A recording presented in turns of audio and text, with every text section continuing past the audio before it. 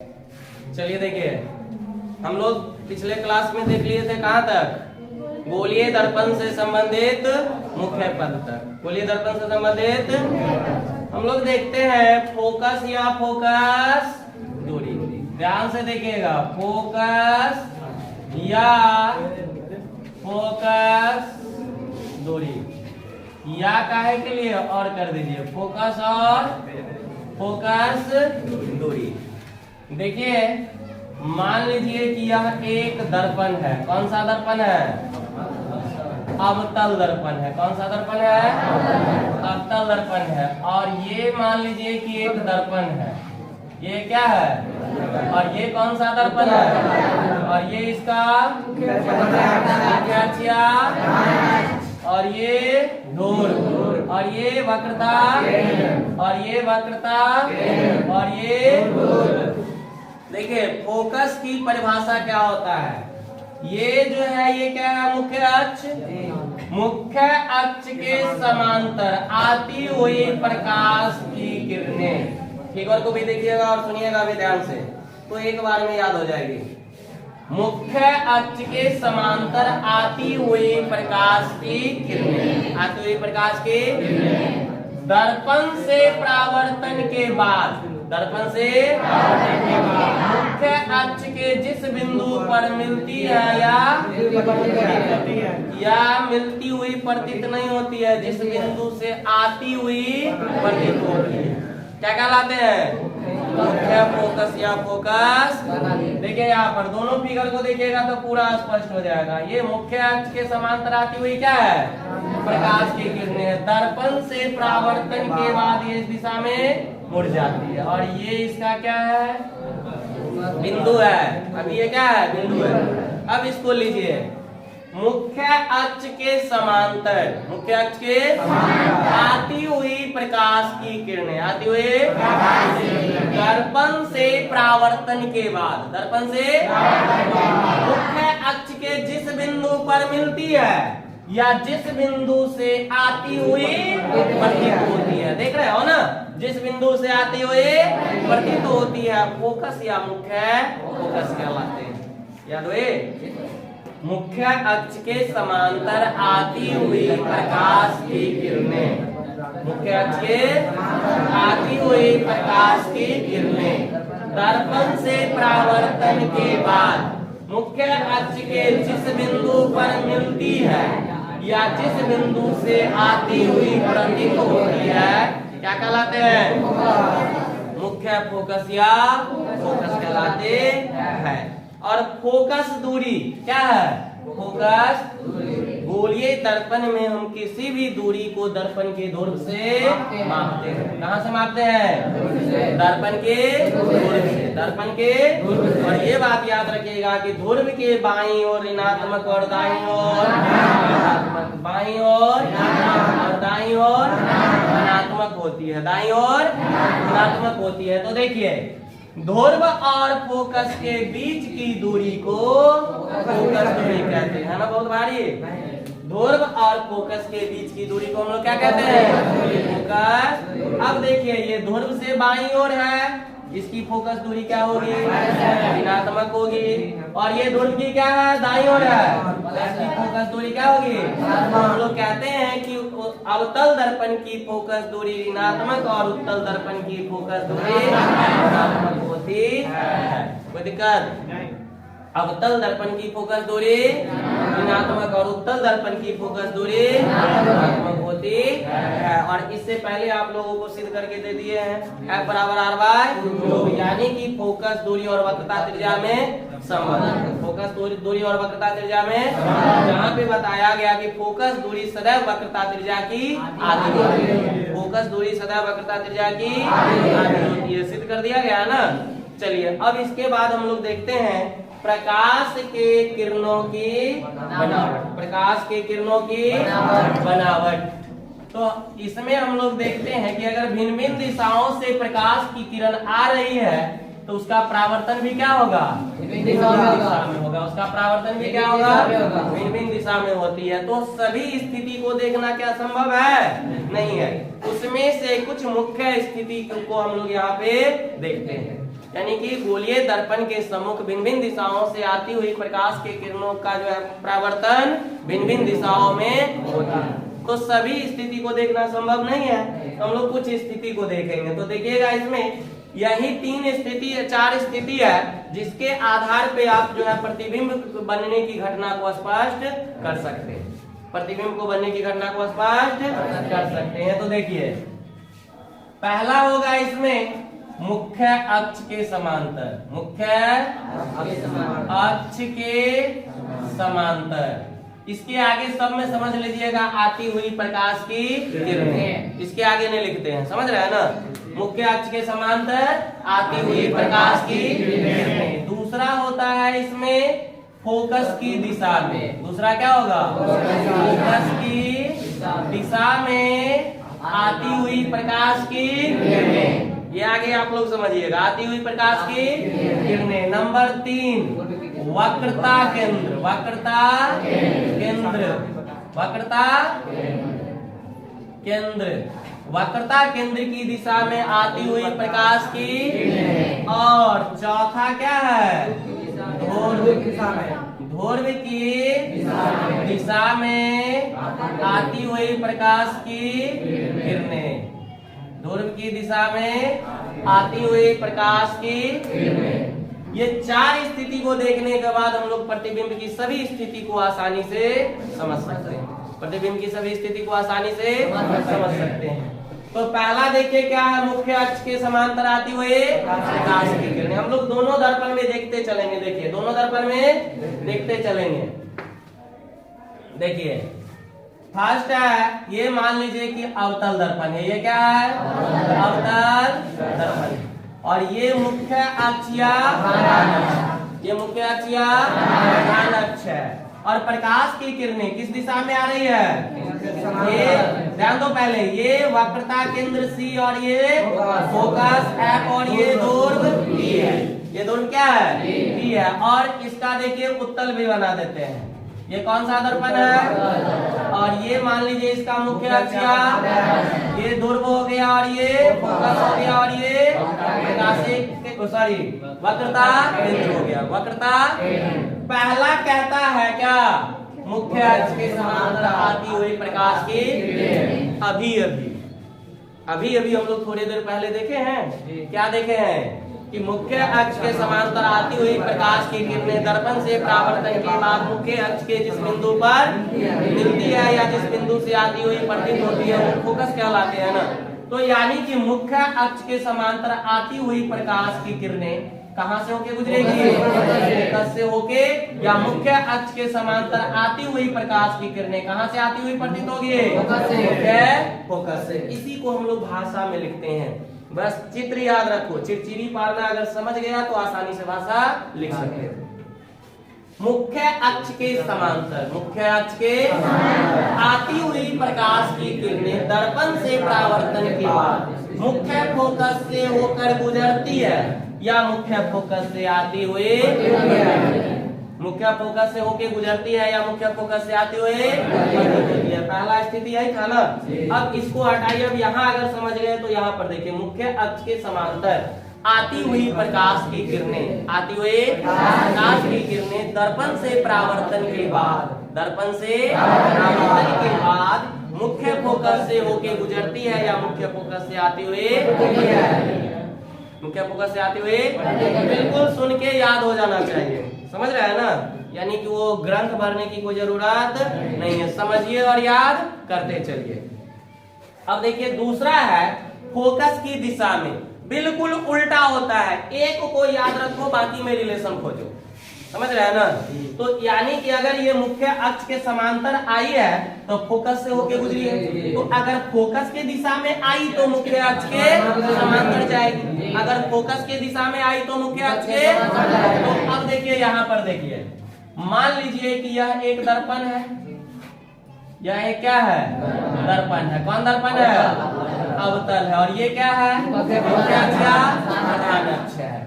और ये इसका क्या है ध्रुव, और ये वक्रता केंद्र। और ये कौन दर्पण है उत्तल दर्पण है। ये कौन सा दर्पण है और ये क्या है और ये ध्रुव है और ये फोकस है और ये क्या है वक्रता केंद्र है। और ये ध्यान दीजिएगा कि कहता है फोकस की दिशा में आती हुई प्रकाश की किरणें। तो लीजिए फोकस की दिशा में ले आए, किस दिशा में आ गया फोकस की दिशा में। और ये दर्पण से परावर्तन के बाद कहां से होके गुजरेगी मुख्य अक्ष के समांतर। कहां से होके गुजरेगी। अब इसमें लीजिए ये किस दिशा में आ रही है फोकस की दिशा में आ रही है और ये कहां से गुजरेगी मुख्य अक्ष के समांतर। मुख्य अक्ष के इसका यही आंसर होगा। फोकस की याद रखिएगा यहां से लेके और प्रतिबिंब में भी आधा आंसर आपका क्वेश्चन में भी होता है। जैसे कि इसका क्वेश्चन है कि फोकस की दिशा में आपतित प्रकाश की किरणें या आती हुई प्रकाश की, इसी से आगे बढ़ाएंगे ना कि फोकस की दिशा में आती हुई प्रकाश की किरणें दर्पण से परावर्तन के बाद, दर्पण से परावर्तन के बाद मुख्य अक्ष के समांतर गुजर जाएगी। फोकस की दिशा में या मुख्य फोकस की दिशा में आती हुई प्रकाश की किरणें, आती हुई प्रकाश की किरणें दर्पण से परावर्तन के बाद मुख्य अक्ष के समांतर गुजर जाती है। कोई दिक्कत मुख्य अक्ष के समांतर। अगर इस स्थिति को समझोगे, बार बार रिपीट कर रहे हैं, तभी प्रतिबिंब की स्थिति को समझ पाओगे। चलिए अब देखिए यहाँ पर फिर अगला क्या कहता है वक्रता केंद्र की दिशा में। मान लीजिए कि यह एक दर्पण बना दिए। कौन सा दर्पण है अवतल दर्पण है और ये इसका क्या है मुख्य अक्ष और ये क्या है और ये क्या है और ये क्या है वक्रता केंद्र। एक यहाँ पर ले लीजिए, ये मान लीजिए कौन सा दर्पण है उत्तल दर्पण और ये क्या है मुख्य अक्ष और ये इसका ध्रुव है और ये इसका फोकस और ये क्या है वक्रता केंद्र है। वक्रता केंद्र। अब देखिए वक्रता केंद्र की दिशा में आती हुई प्रकाश की किरणें, वक्रता केंद्र की दिशा में आती हुई प्रकाश की किरणें दर्पण से परावर्तन के बाद अपने पथ से बिना विचलित हुए उसी पथ पर वापस लौट जाती है। और उसी पथ पर वापस क्यों लौटती है, ये चीज हम कल एक मतलब जो है घटना देखे थे, समतल दर्पण पर लंबवत पड़ने वाली प्रकाश की। तो याद रखिएगा वक्रता केंद्र की दिशा में आती हुई प्रकाश की किरणें, यदि आपसे पूछता है कि वक्रता केंद्र की दिशा में आती हुई प्रकाश की किरणें दर्पण से परावर्तन के बाद, दर्पण से उसी पथ पर वापस लौट जाती है। क्यों उसी पथ पर वापस लौट जाती है, क्यों उसी पथ पर वापस लौट जाती है। तो आपसे क्वेश्चन करता है कि अगर इस दिशा में आती हुई यानी वक्रता केंद्र की दिशा में आती हुई प्रकाश की किरणें, आती हुई प्रकाश की किरणें उसी पथ पर वापस लौट जाते हैं, क्यों। तो सिंपल सी बात है कि वक्रता केंद्र की दिशा में आती हुई प्रकाश की किरणें, वक्रता केंद्र की दिशा में आती हुई प्रकाश की किरणें वक्रित सतह के जिस बिंदु पर पड़ती है उस पर लंबवत रूप से पतित होती है, मतलब पड़ती है, लंबवत रूप से पतित होती है, जिसके कारण दर्पण से परावर्तन के पश्चात वह उसी पथ पर वापस लौट जाती। चूंकि वह लंबवत रूप से आती हुई प्रकाश की किरणें दर्पण से परावर्तन के बाद अपने पथ से बिना विचलित हुए सीधे उसी पथ पर वापस, कोई दिक्कत नहीं। तो इसमें भी देखें कि ये जो वक्रता केंद्र की दिशा में आती हुई प्रकाश की किरणें है, ये दर्पण से परावर्तन के बाद अपने पथ से बिना विचलित हुए उसी पथ पर वापस लौट जाती है, उसी पथ पर वापस लौट जाती है, कोई दिक्कत। अब चौथा है ध्रुव की दिशा में आपतित प्रकाश की किरणें, ध्रुव की दिशा में आपतित प्रकाश की किरणें। तो मान लीजिए कि यह कौन सा दर्पण है अवतल दर्पण है और ये क्या है अक्ष है और ये ध्रुव है और ये क्या है और ये क्या है प्रकाश की किरणें किस दिशा में आ रही है। एक चीज याद रखिएगा, हम डिफिनेशन बताए थे उस समय भी याद कीजिए, ध्रुव और वक्रता केंद्र की जो रेखा होती है वो मतलब दर्पण पर लंबवत होती है। दर्पण पर क्या होती है, अगर ये लंबवत है तो यह अभिलंब का कार्य करेगा, किसका कार्य करेगा।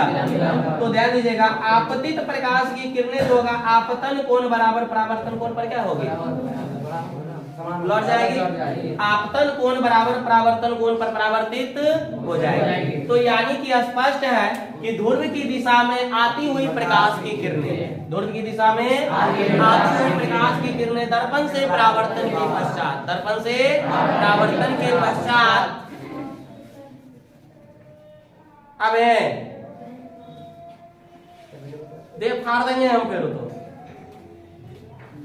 तो ध्रुव की दिशा में आपतित प्रकाश की किरणें दर्पण से परावर्तन के पश्चात आपतन कोण बराबर परावर्तन कोण पे क्या होती है, मुड़ जाती है। आपतन कोण बराबर परावर्तन कोण पर मुड़ जाती है। फिर देखिए ये कौन सा दर्पण है, उत्तल दर्पण है। कौन सा दर्पण है, मैंने बताए थे ना, जिसका उठल हो तो वो उत्तल, धसल हो तो अवतल। तो देखिए इसका परावर्तक सतह धसल है ना, इसका परावर्तक सतह क्या है, उत्तल है ना। तो अब देखिए ये इसका मुख्य अक्ष या क्या है, इतना बार मुख्य अक्ष प्रधान अक्ष जो है फोकस दूरी और वक्रता केंद्र पर है। फिर भी अगर नहीं याद हो तो बस बुझले बात। देखिए तो ये ध्रुव की दिशा में आती हुई प्रकाश की किरणें दर्पण से परावर्तन के बाद आपतन कोण बराबर परावर्तन कोण पर क्या होगी, बढ़ जाएगी। ये ध्रुव है, ये फोकस है और ये वक्रता केंद्र है। कोई दिक्कत, यानी कि आपतन कोण बराबर परावर्तन कोण पर क्या होगी, कोई दिक्कत नहीं। अब यहाँ के बाद हम लोग देखते हैं प्रतिबिंब का बनना। प्रतिबिंब का अगला है गोलीय दर्पण में, गोलीय दर्पण में प्रतिबिंब का बनना, प्रतिबिंब का बनना, प्रतिबिंब का बनना। ध्यान दीजिएगा, सबसे पहले प्रतिबिंब के बनने में वस्तु की स्थिति को आप हर हाल में याद रखिएगा, वस्तु की स्थिति को हर हाल में याद रखिएगा। सबसे पहले हम लोग इसमें देखेंगे, किसमें देख लेते हैं, अवतल दर्पण में। किसमें देखते हैं, अवतल दर्पण में। किसमें देखेंगे हम लोग, अवतल दर्पण में। वैसे जान लीजिए कि अवतल दर्पण में वास्तविक आभासी दोनों तरह के प्रतिबिंब बनते हैं और उत्तल दर्पण में केवल आभासी प्रतिबिंब बनते हैं। अवतल दर्पण में जो है वास्तविक और आभासी, ध्यान से देखो ऑब्जेक्टिव में आप लोग को जो है एक क्वेश्चन कहीं ना कहीं से पूछिए देता है घुमा फिरा के, तो इसीलिए ध्यान से देखिए। अवतल दर्पण में वास्तविक और आभासी दोनों प्रतिबिंब बनते हैं और उत्तल दर्पण में केवल आभासी प्रतिबिंब बनते हैं और समतल दर्पण में केवल आभासी प्रतिबिंब। आपसे पूछेगा कि किस दर्पण में आभासी प्रतिबिंब प्राप्त होती है, बेवकूफ, तीनों दर्पण में आभासी प्रतिबिंब तो तीनों में न बनता है। अवतल में अभी तुरंत बताए हैं, अवतल में आभासी और वास्तविक दोनों बनता है, उत्तल में केवल आभासी बनता है, समतल में भी केवल आभासी बनता है। तो अगर आभासी प्रतिबिंब पूछेगा तो क्या होगा, अगर वास्तविक प्रतिबिंब बनता है तो केवल अवतल दर्पण, केवल अवतल दर्पण। तो अब देखिए हम लोग अवतल दर्पण में देख रहे हैं, पहले किसमें देख रहे हैं, क्योंकि ये पता है कि किसी भी गोलीय दर्पण के सम्मुख, गोलीय दर्पण के सम्मुख भिन्न भिन्न स्थितियों में स्थित वस्तु द्वारा बना प्रतिबिंब भिन्न भिन्न आकार, आकृति व प्रकृति के होते हैं। गोलीय दर्पण के सम्मुख भिन्न भिन्न स्थानों पर स्थित वस्तु द्वारा बना प्रतिबिंब, वस्तु द्वारा बना प्रतिबिंब भिन्न भिन्न स्थिति, भिन्न भिन्न आकार, आकृति व प्रकृति के होते हैं। तो हम लोग पहले किस दर्पण में देखेंगे, अवतल, क्योंकि उत्तल दर्पण में तो आभासी बनेगा, एक या दो स्थिति से वो पूर्णतः स्पष्ट हो जाती है। तो अवतल दर्पण में ध्यान दीजिएगा, वस्तु को हम लोग रखेंगे, इससे पहले उसको देखते हैं। मान लीजिए कि ये क्या है, अवतल दर्पण है, ये क्या है, और ये क्या है, मुख्य अक्षिया, मुख्य अक्षिया। आवाज थोड़ा साउंड मतलब अपने आवाज को थोड़ा जो है कम करके रखिए, बोलिए लेकिन कम करके, जो वीडियो वाला को भी सुनाई दे, नहीं तो मुझे बात आप लोगों की जो है वो कहानी सुनाई देगा। जी sir, yes sir, no sir. आइए तो इसमें देखिए कि ये ध्रुव क्या है P और ये फोकस F और वक्रता केंद्र P। अच्छा इसको ऐसे समझिए, आप लोग कभी बाजार गए हैं? नहीं गए हैं? मतलब जीवन में आज तक तुम लोग बाजार नहीं गए हो? इसी दुनिया के आदमी हो ना रे? एकदम सच बोलते हैं कि तुम लोग शुद्ध जो है ना प्यारे प्यारे गधे हो। बिल्कुल, क्योंकि गधे कभी बाजार जाते हैं? नहीं जाते हैं। तुम लोग से पूछे तो बात वही है। चलो देखो, तो ध्यान दीजिएगा रे, ये ध्रुव है, ये फोकस है और ये क्या है? वक्रता केंद्र। तो हम इस सेंस में बोले कि अगर बाजार जाते हो तो घर से चलते हो, घर से तो पहले कोई चौक आता है, फिर कोई चौक आता है, फिर चौक आता है, फिर बाजार आता है। इस प्रकार से हम लोग जाते हैं ना। तो अगर तुम जैसे चलोगे घर से और घर और चौक के बीच घर पे रहोगे तो तुम्हारा कोई स्थिति नहीं है, दूरी तुम्हारा 0 है। अगर पहले चौक के मध्य रहोगे तो बोलोगे कि हम जो है घर और फर्स्ट चौक के बीच में है, घर और फर्स्ट चौक के बीच में। अगर उसके बाद वाले चौक के बीच, अगर उस चौक पे रहोगे तो बोलोगे ना कि हम उस चौक पे हैं। जैसे इधर जाओगे तो बोलोगे टाटा चौक पे है, इधर जाएंगे तो बोलेंगे कहाँ बिशनपुर चौक पे है, बोलोगे ना। अगर मान लो कि उस चौक से आगे चला गया तो बोलोगे फर्स्ट चौक और सेकंड चौक के बीच में। अगर फिर अगला चौक पे चला गया तो बोलोगे फिर सेकंड चौक पे है। वस्तु की स्थिति में ध्यान रखिएगा, ये घर है, ये पहला चौक, ये दूसरा चौक, ये आगे पूरे बाजार है। बात समझ रहे हो ना। तो अब देखिए यहाँ पर ये ध्रुव है, ये क्या है? पहला स्थिति कहता है नंबर 1 में कि जब वस्तु कहाँ हो?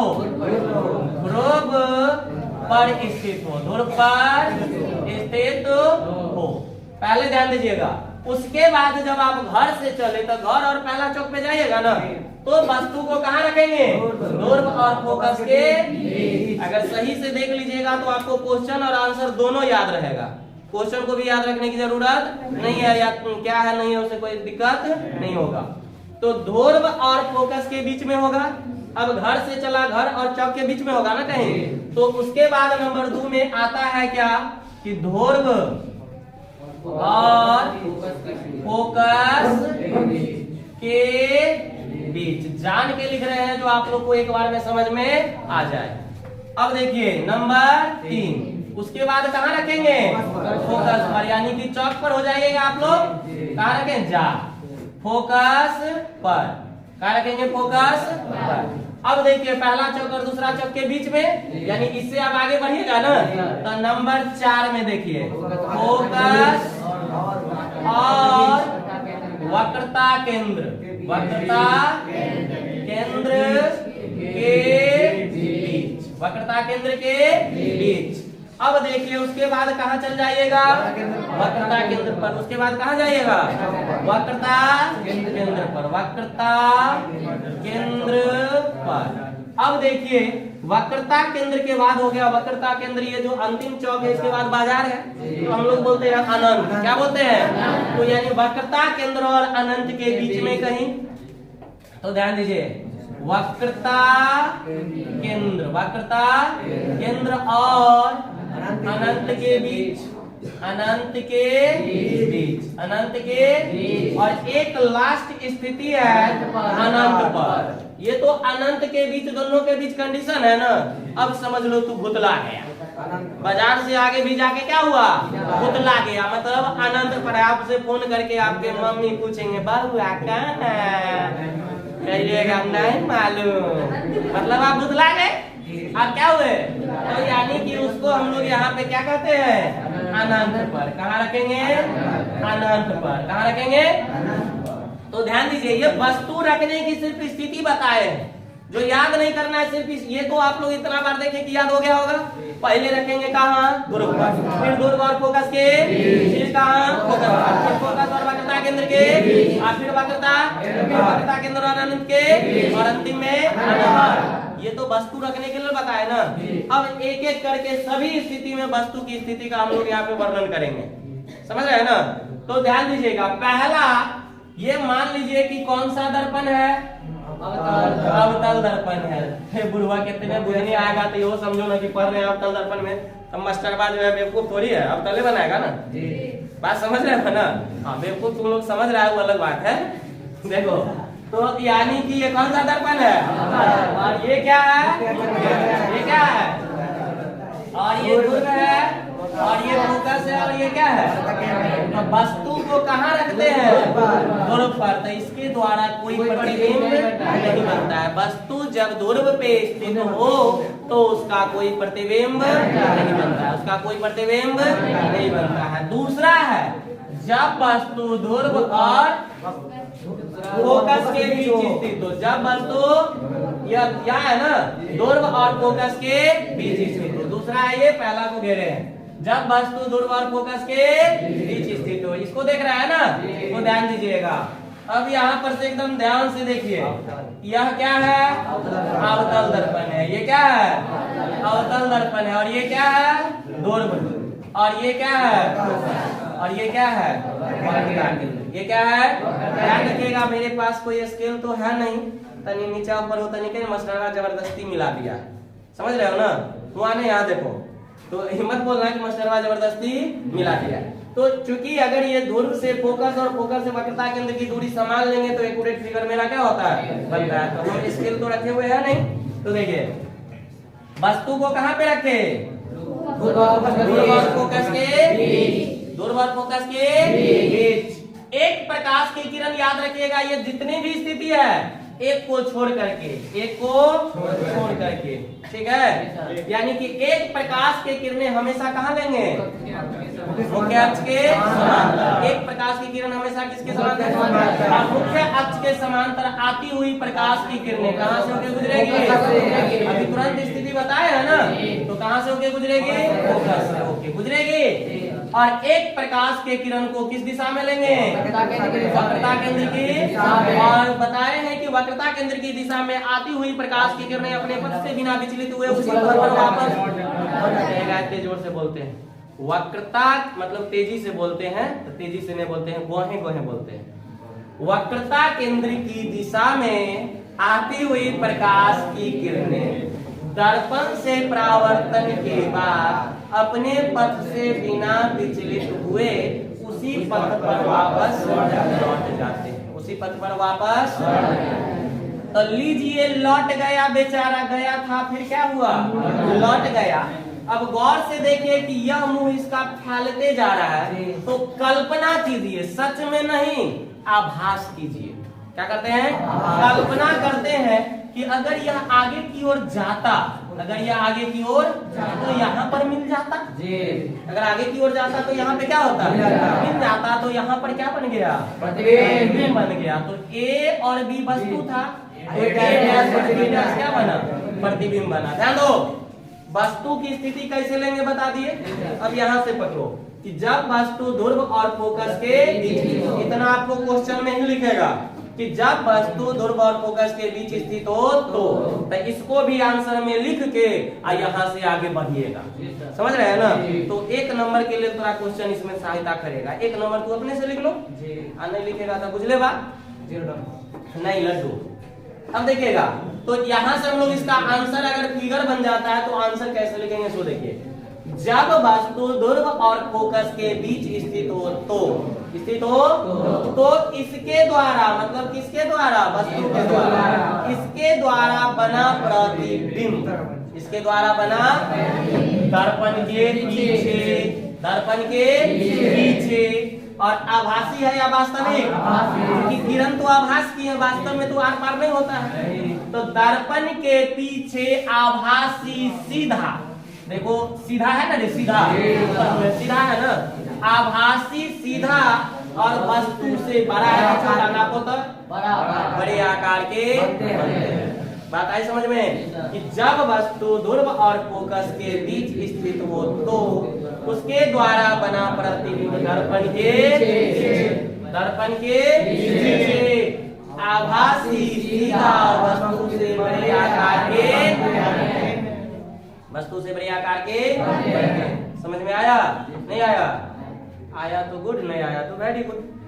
आइए उसके बाद दूसरा स्थिति देखिए, ये कौन सा दर्पण है, अवतल दर्पण है। कौन सा दर्पण है? और ये क्या है? मुख्य अक्ष या प्रधान अक्ष। और ये क्या है? और ये क्या है? और ये क्या है? अब देखिए वस्तु को कहाँ रखना है? फोकस पर रखेंगे। कहाँ रखेंगे? लीजिए रख दिए नरे। एक प्रकाश के किरण को किस दिशा में लेंगे? मुख्य अक्ष के। एक प्रकाश के किरण को किस दिशा में लेंगे? और ये कहाँ से होके गुजरेगी? कि आप लोग को पता है मुख्य अक्ष के समांतर आती हुई प्रकाश की किरणें कहाँ से होके गुजरेगी? और एक प्रकाश के किरण को किस दिशा में लेंगे? वक्रता केंद्र की दिशा में लेंगे। तो ये इसी पथ पर क्या होगा? अब इसको आगे की ओर बढ़ाइए। दोनों देखिए समांतर रेखा है। दोनों क्या है? तो ये दोनों कभी एक दूसरे को काटेगी, चाहे आगे बढ़ाओ या पीछे बढ़ाओ। तो जब अगर नहीं काटेगी तो हम वास्तव में काहे न ले जो आभासी में ले? आभासी बनाने से कोई फायदा है? तो ध्यान दीजिएगा, जब वस्तु फोकस पर स्थित हो तो, जब वस्तु फोकस पर स्थित हो तो इसके द्वारा बना प्रतिबिंब दर्पण के सामने, दर्पण के सामने। जब वस्तु फोकस पर स्थित हो तो इसके द्वारा बना प्रतिबिंब दर्पण के सामने अनंत पर, कहाँ बन रहा है? देख रहा है? नहीं है? अनंत पर वास्तविक वास्तविक उल्टा, वास्तविक उल्टा और वस्तु से बहुत बड़े आकार के, वस्तु से बहुत बड़े आकार के कोई दिक्कत?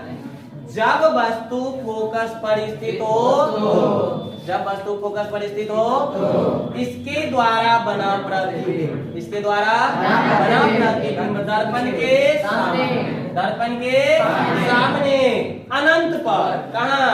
अनंत पर वास्तविक उल्टा और वस्तु से बहुत बड़े आकार के। कोई दिक्कत? अब आ जाइए इसके बाद। अब वस्तु कहाँ रहेगी? फोकस और वक्रता केंद्र के बीच में। तो लीजिए, मान लीजिए कि यह क्या है? अवतल दर्पण है। ये क्या है? अवतल दर्पण है। और ये क्या है? मुख्य अक्ष या प्रधान अक्ष। मुख्य अक्ष या, और ये क्या हो गया? ध्रुव। और ये क्या है? और ये क्या है? वक्रता केंद्र। वस्तु को कहाँ रख रहे हैं? फोकस और वक्रता केंद्र के बीच। लीजिए वस्तु को रख दिए। कहाँ रखे? एक प्रकाश के किरण को किस दिशा में लेंगे? बोल दिए कि हमेशा एक किरण मुख्य अक्ष के समांतर जाती है। तो एक प्रकाश के किरण को किस दिशा में लिए? और यह कहाँ से होके गुजरेगी? फोकस से होके गुजर गई। और एक प्रकाश के किरण को किस दिशा में लिए? वक्रता केंद्र की दिशा में। किस दिशा में? और ये वक्रता केंद्र में आती हुई प्रकाश की किरणें उसी पथ पर वापस लौट जाती है या नहीं आती है? लौट जाती है। अब देखिए कि ये तो था हमारा क्या? मुख्य अक्ष। तो अब देखिए यहाँ पर जहाँ पर एक दूसरे को काटता है क्या बन गया? ए डैश बी डैश। और ये क्या था? ए और बी। तो अब देखिए इसका आंसर कितने आसानी से हम लोग लिख सकते हैं। जब वस्तु फोकस और वक्रता केंद्र के बीच स्थित हो तो, जब वस्तु फोकस और वक्रता केंद्र के बीच स्थित हो इसके द्वारा बना प्रतिबिंब दर्पण के सामने, दर्पण के याद है ना? नजर के सामने। तो देखो दर्पण के सामने, दर्पण के सामने। और कहाँ पे? वक्रता केंद्र और अनंत के बीच, वक्रता केंद्र और अनंत के बीच वास्तविक उल्टा और वस्तु से बड़े आकार के, वस्तु से बड़े आकार के। एकदम आसानी से हम लिख सकते हैं कि जब वस्तु फोकस और वक्रता केंद्र के बीच स्थित हो तो इसके द्वारा बना प्रतिबिंब, इसके द्वारा बना प्रतिबिंब दर्पण के सामने, दर्पण के सामने अनंत और वक्रता केंद्र के बीच, अनंत और वक्रता केंद्र के बीच वास्तविक उल्टा और वस्तु से बड़े आकार के बनते, वस्तु से बड़े आकार के बनते। अब देखिए यहाँ पर अगला जो है, मान लीजिए ये क्या है? अवतल दर्पण। ये क्या है? अवतल दर्पण है। लो ना भाई, कैसे कर दो रचित किया कर। और ये क्या है? कैसे पता? और ये क्या है? और ये क्या है, और ये क्या है, वक्रता। ये क्या है? अब देखिए वस्तु को अब हम लोग कहाँ रख रहे हैं, वक्रता केंद्र पर। कहाँ रख रहे हैं? तो जब वस्तु वक्रता केंद्र पर स्थित हो तो क्वेश्चन देगा कि जब वस्तु वक्रता केंद्र पर स्थित हो तो प्रतिबिंब की स्थिति क्या होगी, चित्र द्वारा स्पष्ट करें। तो चित्र भी बनाइए और भाषा भी लिखिए। तो चिरचिरी पारना तो सिखा दिए, भाषा कैसे लिखेगा ये हम बता दिए। बात समझ रहे हैं? तो अब देखिए, एक प्रकाश की किरण मुख्य अक्ष के समांतर लेते हैं। एक प्रकाश की किरण मुख्य अक्ष के समांतर लेते हैं और ये कहाँ से होकर गुजरेगी, ऐसे होकर फोकस से होकर गुजरेगी। और एक प्रकाश के किरण को किधर लेते हैं, हाँ बताए थे, याद कीजिए, अभी वो पहला चिन्ह लगा हुआ है। इसमें हम वक्रता केंद्र की दिशा में, क्योंकि वक्रता केंद्र पर तो वस्तु है ना, अरे तो वक्रता केंद्र की दिशा में कैसे लेंगे? तो एक प्रकाश के किरण को किस दिशा में लेते हैं? अब ये देखिए किधर गुजरेगा, मुख्य अक्ष के समांतर। कहते ना कि फोकस की दिशा में आती हुई प्रकाश की किरणें दर्पण से परावर्तन के बाद मुख्य अक्ष के समांतर गुजर जाती है। तो अब देखिए, जहां पर यह एक दूसरे को काट रहा है, यहाँ पर इसका क्या बनेगा, तो A और B अगर वस्तु है तो A डैश और B डैश क्या है, A डैश और B डैश क्या है।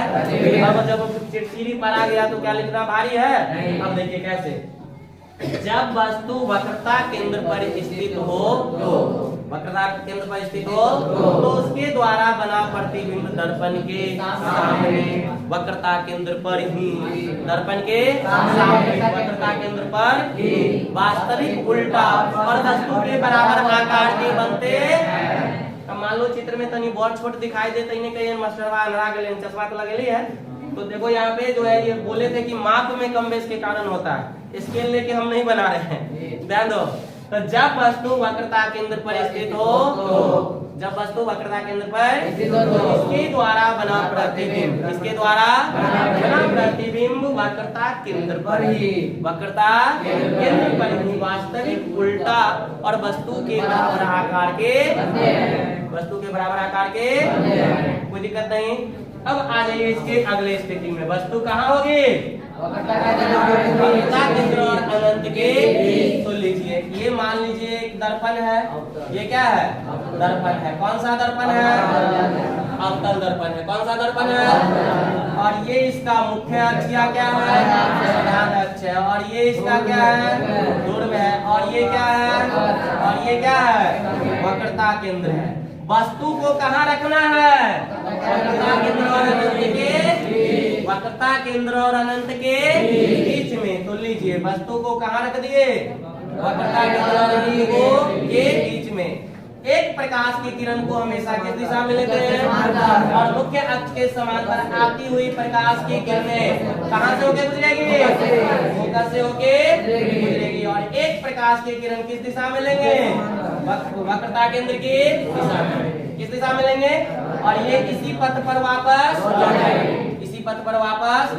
और जहाँ एक दूसरे को फिर काटेगी वही क्या बनेगा, प्रतिबिंब। तो A और B यदि वस्तु है तो A डैश और B डैश बना हुआ क्या है।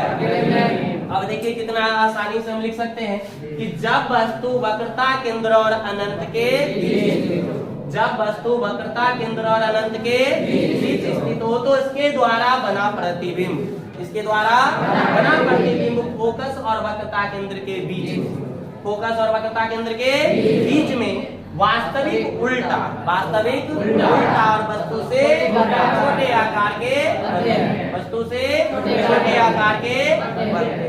अगर नहीं समझेगा तो तुम जानो, बात समझ रहे हो ना, कि तुम्हें दिल से पढ़ाया था हमने लेकिन तुम पढ़ न पाए।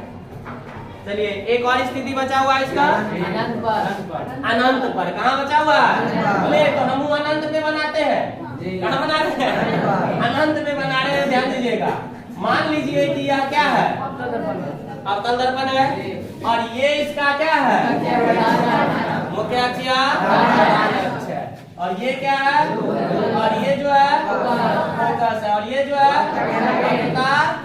और अनंत पे सूर्य को माना जाता है, और सूर्य से आने वाली प्रकाश की किरणें पृथ्वी तल पर हमेशा जो है समांतर किरणें होती है। कैसे किरण होती है, समांतर किरणें होती है। सूर्य से जो पृथ्वी तल पर प्रकाश की किरणें आती है वो कैसा किरण होती है, समांतर किरण होती है। तो लीजिए समांतर किरण लाते हैं। कैसा किरण लाए, समांतर किरण लाए। और ये कहाँ से होके गुजरेगा, कहाँ से होके गुजरेगा। तो देखिए गौर से यहाँ पर कि जब वस्तु अनंत पर स्थित हो, जब वस्तु अनंत पर स्थित हो, इसके द्वारा बना प्रतिबिंब, इसके द्वारा बना प्रतिबिंब दर्पण के सामने, दर्पण के सामने मुख्य फोकस पर, मुख्य फोकस पर वास्तविक उल्टा वस्तु की अपेक्षा बिंदुवत बनते हैं, वस्तु की अपेक्षा। कुछ जगह पे आपको मिलेगा कि अगर यह प्रकाश की किरणें, ध्यान दीजिएगा, मुख्य अक्ष के समांतर न ली जाए और ये फोकस है और ये क्या है, वक्रता के अंदर है, तो समांतर किरणें तिरछा भी तो आ सकता है ना रे दर्पण पर। तो इस परिस्थिति में ये फोकस के निकट बनता है। कहाँ पे बनेगा, फोकस के निकट बनता है। तो बहुत सारे बुक में देगा, तो हम लोग को दोनों याद रखना, फोकस पर या फोकस के निकट। जब वस्तु अनंत पर स्थित हो तो, जब वस्तु अनंत पर स्थित हो तो इसके द्वारा बना प्रतिबिंब, इसके द्वारा बना प्रतिबिंब दर्पण के सामने, दर्पण के सामने वास्तविक उल्टा और वस्तु की अपेक्षा बिंदुवत बनते हैं। कोई दिक्कत नहीं ना, नहीं समझा तो तुम समझो। इसके बाद हम लोग का एक टॉपिक बचा हुआ है आवर्धन। क्या बचा हुआ है, तो चलिए अगले एक छोटा सा क्लास में हम लोग उसको पूरा देख लेंगे। आवर्धन चलता है हम बराबर, हम लोग सिद्ध भी कर लेंगे और आवर्धन का डिफिनीशन वगैरह भी देख लेंगे, और 1, 2 या मान लो 5 न्यूमेरिकल भी जो है करा देंगे हर टाइप से, जो आपको परेशानी न हो। क्या